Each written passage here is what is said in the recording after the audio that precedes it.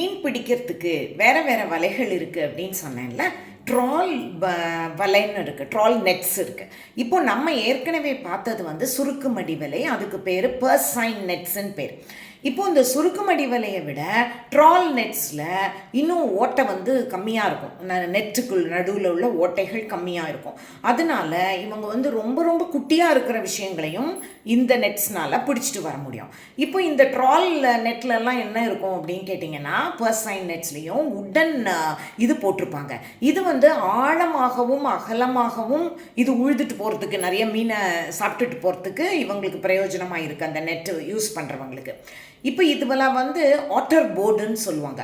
Water board அப்படின்னாக்கா அந்த ஹெவியான இது வலையில் இருக்கக்கூடிய அந்த பொருள். இப்போ அந்த போர்டு வந்து என்ன பண்ணுது அப்படின்னாக்கா, போகிற வழி நெடுக இருக்கக்கூடிய பவளப்பாறைகளை அழிச்சிட்டு போயிடுது. இது எவ்வளவு பெரிய கொடுமை! எல்லாத்தையும், அது சார்ந்து வாழ்கிற உயிரினங்கள் எல்லாத்தையும் அழிச்சிருது. சென மீனை அழிச்சிருது பர்சைன் நெட்ஸ்ன்னு பார்த்தோம் இல்லையா, அதே மாதிரி இதுவும் எல்லாத்தையும் அழிக்குது. இப்போது குட்டி குட்டியாக துகளாக ஆக்கிடுது எல்லாத்தையும். So it leads to depletion and deterioration of coral reefs. அதையும் நம்ம ரொம்ப முக்கியமாக பார்க்கணும். பர்சைன் நெட்ஸை பொறுத்த மட்டும் நம்ம கண் கூட பார்க்குறோம், டால்ஃபின்ஸ் எல்லாம் இழுத்துட்டு வந்துடுது. என்ன கொடுமை சார் இது! டால்ஃபின்ஸை யாருமே மனுஷங்க சாப்பிட்றதும் இல்லை. டால்ஃபின்ஸ் ரொம்ப செல்லம் போல் அவங்க பாட்டுக்கு ஒரு ஜீவராசி இந்த உலகத்தில் வாழ்ந்துட்டுருக்காங்க.